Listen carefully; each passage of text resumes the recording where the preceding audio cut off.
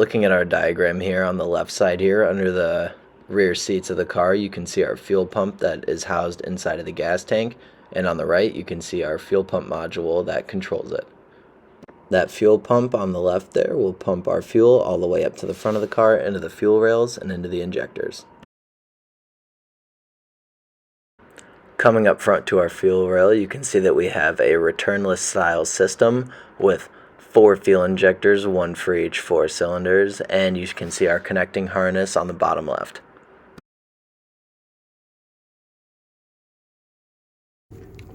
Looking at this 1.8 liter Toyota engine here you can see right here's our fuel rail. We have our 1, 2, 3, and 4 injectors, and it is not a return style fuel system. As you can see, we have 1 line in and nothing going out.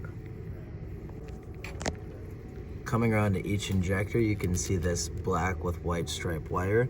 That is our driver wire.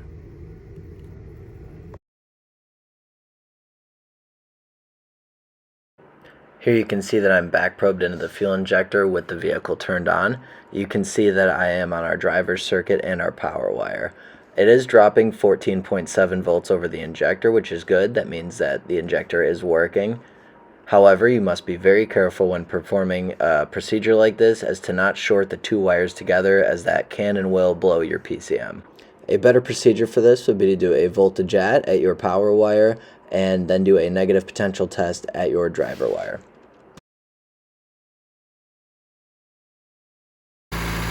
With the engine back on, another way you can depressurize your fuel system is by coming back to your fuse box here and pulling your relay, which will also take power away from the fuel pump. And just like that again, the car shuts off. Alright guys, I'm Mike, and here we'll be testing our electronic fuel injection relay. So here's our relay. Right now we're going to be testing the load side of the relay. If you look at the diagram on the relay, right here we have pins 1 and 2, that is our coil side, and we are going to be testing pins 5 and 6, which are our load side, which will carry our power to our fuel injectors. Coming into the fuse box here, we're going to do a voltage drop of our load side. Now those are plugged in. Now you can see that we have 13 volts going to our injectors. Alright, now we've unplugged our meter, and now we are going to short the load side together, which will permanently turn our fuel pump on and should start the vehicle. But first we will show you that we have a crank no start condition with these 2 not connected. Alright, right now we have these 2 disconnected, and we should have no power going to our fuel injectors, and Ryan is now going to crank the car and show that. As you can see, the car will not start, and now we are going to short them together.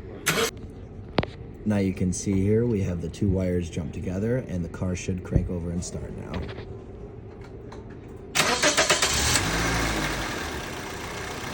Car is now running, and if we come over here and pull one of these pins, it should kill it, and there it goes.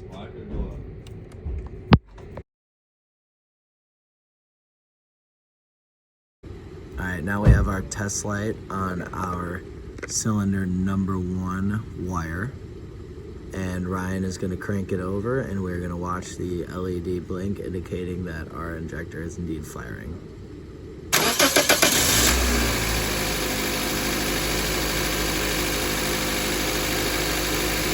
Now this test light's not quick enough to pick up each individual one, but the reason you're seeing the voltage drop back and forth is because the injector is going on and off from 0 to 12, 0 to 12, and it's just not quick enough to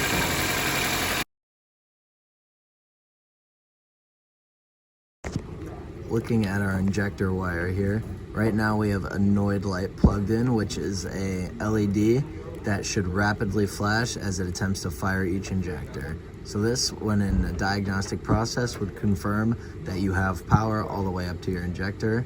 Start. As you can see, the light is rapidly flashing, indicating every single time this injector would pulse.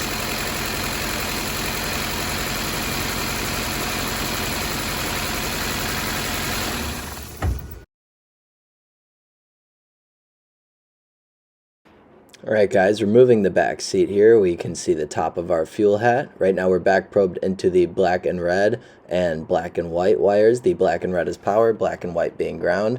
And here we're going to key to the on and run position. We do not have power in neither on or run. Power is only supplied to the fuel pump when cranking the engine, which we will demonstrate here. On, run,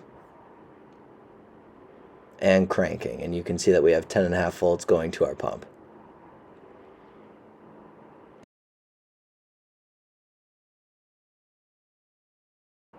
Right here you can see our live injector data here. We are still on cylinder number 1. Our top waveform will be our amp clamp form, and our bottom will be us back probed into the driver wire. You can use this chart as a diagnostic aid in helping you identify misfires in an injector, judging the wavelengths.